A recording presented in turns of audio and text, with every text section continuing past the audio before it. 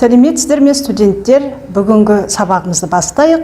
Ол үшін алдымен мына суреттерге көңіл бөліп қараңыздар. Бұл суреттерде кондитерлік жабдықтардың түрлері көрсетілген. Осы жабдықтар арқылы біз бүгінгі сабағымызда тақырыбын анықтайтын боламыз.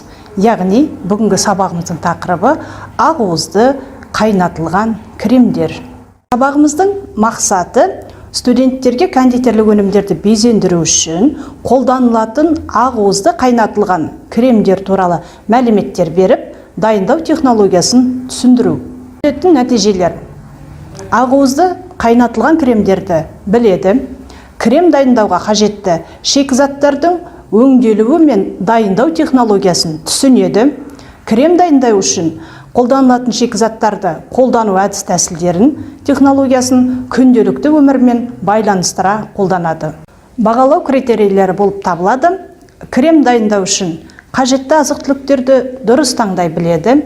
Екіншіден, крем түрлерінің дайындау технологиясы мен сапасына қойылатын талаптарды түсінеді. Үшінші, ақуызды қайнатылған крем түрлерінің артықшылықтары мен ерекшеліктерін ескере отырып, күнделікті өмірмен байланыстырып қолданады. Осы бағалау критерийлерін пайдалана отырып, мынадай бағалау шкаласымен бағаланатын боласыздар. 0 мен 49% аралығында 2, қанағаттанарлықсыз, 50 мен 69% аралығында 3, қанағаттанарлық, 70 пен 89% аралығында 4, жақсы, 90 мен 100% аралығында 5, үздік деген баға алатын боласыздар. Жалпы ақуызды кремдер қантпен араластырылған жұмыртқаның ақуызынан дайындалады. Бұл кремдер сондай-ақ шайқалмалы деп аталады. Өйткені көптеген кремдер шайқаумен дайындалады. Кейде бұл кремдер безе немесе меренге деп аталады. Ақуызды кремдер торт, пирожнилар бетін тегістеуге және оларды безендіру үшін, сондай-ақ кейбір өнімдерді толтыру үшін қолданылады. Дайындалған кремдер дереу қолданылуы керек, себебі ол өзінің үлпілділік қасиетін жоғалтады. Ақуызды кремдер консервант болып табылатын қанттың көп мөлшеріне байланысты. Кремге қарағанда сақтауға, бактерияларға төзімді болып келеді. Ақуызды кремнің формасы мен құрылымы кремнің ақтығынан, жеңілділігінен және үлпілділігінен ерекшелігінеді. Пісіру технологиясы бойынша ол өңделмеген және қайнатылған болуы мүмкін. Қайнатылған ақуызды крем шайқалған жұмыртқаның ақуызына қоспадағы сиропты қанттың 15-20% құрамы қосылады. Қалған қант сорты орташа шартқа температурасы 118-121 градус Цельсийға дейін қайнатылады және жұқа жұмыртқаның ағымен енгізіледі. Ванильді ұнтақ қосылып, жылтырағанша шайқаймыз. Бұл кремді меренге итальян кремін дайындау технологиясы бойынша да дайындауға болады. Ақуызды қайнатылған кремнің дайындау технологиясымен танысу үшін мына бейнероликке назар аударайық. Барлықтарыңызға қайырлы күн достар. Бүгін сіздермен ақуыздан дайындалатын орысша атауы белковый заварной кремнің рецептімен бөліспекшімін. Бұл кремді осындай қатпарлы түтікшелерге, яғни слоеный трубочкаға пайдалануға, сонымен қатар эклер, профитроли сияқты тағы басқа пирожниларға пайдалануға болады. Сонымен қатар торттың бетін әсемдеуге жақсы барады. Бірақ торттың ортасына бұл крем жағуға оншалықты келе бермейді. Видеоны соңына дейін қараңыздар. Сіздермен Гүлжанат. Кремді дайындау үшін бізге қажет заттар: 3 жұмыртқа, 3 жұмыртқаның бізге ақуызы қажет, ыстық су қажет, сонымен қатар тұз, қант және лимон қышқылы. Ең алдымен біз жұмыртқаның ақуызын сарыуыздан ажыратып аламыз. Ақуыздарды содан соң біз жақсылап миксерлеп шайқайтын боламыз. Біздің ақуызымызды шайқайтын ыдыс міндетті түрде құрғақ болу керек, бір тамшы су болмау керек, май болмау керек, таза болу қажет. Және де ажыратқан кезде сарыуыздың бір тамшысы болсын, жаңа ақуызға түсіп кетпеуі тиіс. Ақырындап осылай ажыратамыз.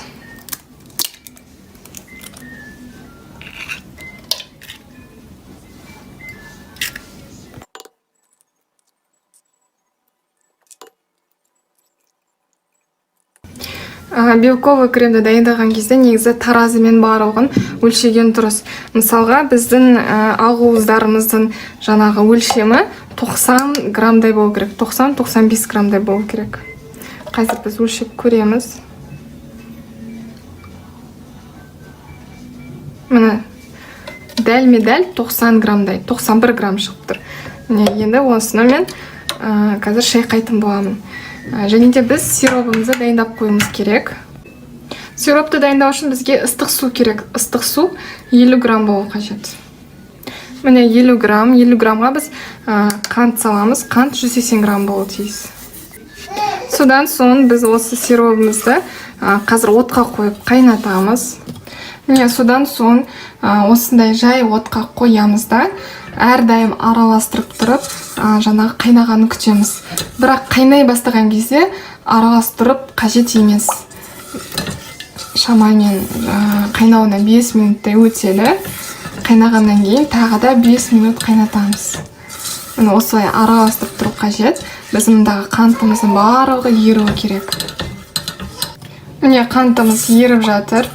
Араластырып тұрыңыздар, міндетті түрде, әйтпесе біздің астындағы қантымыз жабысып қалуы мүмкін. Қайнағанша осылай араластырып тұрамыз.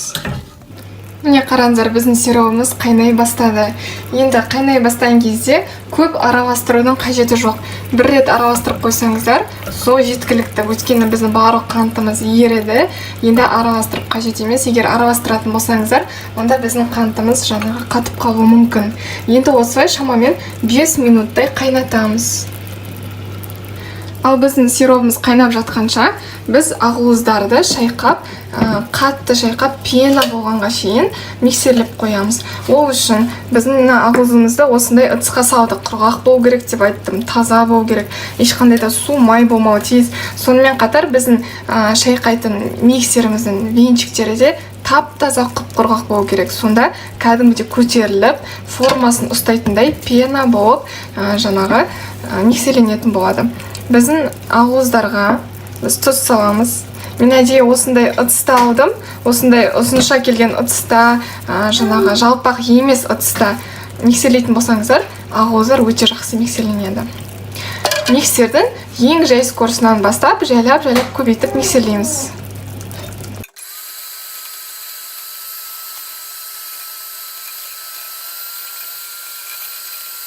Мінекей қараңыздар, біз осылай шайқадық. Қараңыздар, төңкерген кезде біздің ақуыздарымыз ақпайды.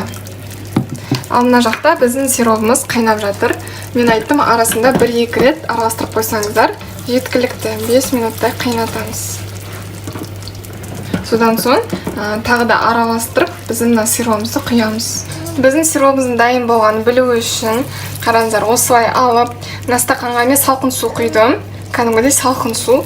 Осыған кішкене ғана бір тамшысын тамызамыз. Сол кезде бізде комок болып жиналып қалу тиіс. Міне сіздерге көрініп тұрған болу тиіс. Осылай комок болып жиналып қалу керек. Біздің сиробымыз дайын деген сөз. Сиропты қайнатуға 4-5 минутта кетті деп айттым. Ал енді біздің сиробымызды кішкенеден құйып отырып, жаңағыдай жайлап құйып отырып, біз миксерлейтін боламыз.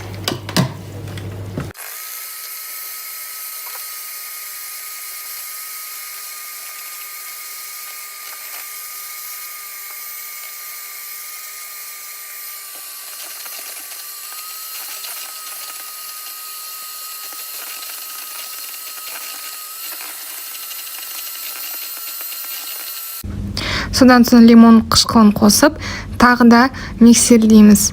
Біздің креміміз дайын. Мінекей біздің белковый креміміз дайын болды. Дәмін татып көрсеңіздер де болады. Өте дәмді. Мұндай кремдерді жаңағы пирожныйларға, заварной трубочкаларға, эклер, профитроли сияқты пирожныйларға әсемдеуге болады. Сонымен қатар торттың үстін әсемдеу үшін жақсы барады. Яғни гүлдер сияқты насаткамен құйсаңыздар болады. Қайнатылған ақуызды кремдердің өндірісте қолданылуы, яғни олар торттар мен пирожный өнімдерін тегістеп, безендіруге және кейбір кондитерлік өнімдерді толтыру үшін қолданылады. Қайнатылған ақуызды кремдердің сапасына қойылатын талаптар: түсі ақ, біркелкі, ақшыл және аздап тұтқыр иісті, консистенциясы, массасы жылтыр, қолданған кезде пішінін жақсы сақтайтын болуы қажет. Осы бүгінгі сабағымызды қорытындылай келе бекітейік. Сіздерге мынадай сұрақтар. Бірінші, ақуызды қайнатылған кремнің құрамын атаңыздар. Екіншіден, басқа крем түрлерінен осы қайнатылған ақуызды кремнің айырмашылықтарын атаңыздар. Үшіншіден, жалпы сапасына қойылатын талаптарды атаңыздар. Сабағымызды қорытындылай келе, үй тапсырмасын өздеріңізге белгілеп алыңыздар. Бірінші тапсырма, тақырып бойынша қажетті мәліметтерді өздеріңізге түртіп алу немесе конспект жазамыз. Екінші тапсырма, Клейл әдісі бойынша ақуызды қайнатылған кремдердің құрамын жазамыз. Үшінші тапсырма, жоғарыда бейнероликте көргендеріңіздей ақуызды қайнатылған кремнің дайындау технологиясына мән бере отырып, дайындау технологиялық картасын дайындаймыз. Ал енді білімгерлер, үй тапсырмасына қосымша мен сіздерге бірнеше ссылкалар, мәліметтер қалдырып отырмын. Осы ссылкаларға кірсеңіздер, ақуызды қайнатпалы кремнің заманауи әдіс тәсілдермен дайындалуы туралы көрсетілген. Осы видеолардан өздеріңізге қажетті мәліметтерді, тәсілдерді, әдістерді алып, ақуызды қайнатпалы кремді дайындау технологиясын жасау кезінде қолдануларыңызға болады. Сабағымызды қорытындылай келе, сіздерге кері байланыс ретінде жетістік баспалдағын ұсынамын. Бұл жерде жақсы түсіндім, сұрағым бар, мүлдем түсінбедім деген баспалдақтардан тұрады. Осыған қарап, өздеріңіз бүгінгі сабақты қорытындылап, кері байланыс жасап маған Платонус платформасына, WhatsApp желісі немесе email почтасына жіберулеріңізді күтемін. Бүгінгі сабағымыз осымен аяқталды. Келесі сабақта жүздескенше сау болыңыздар.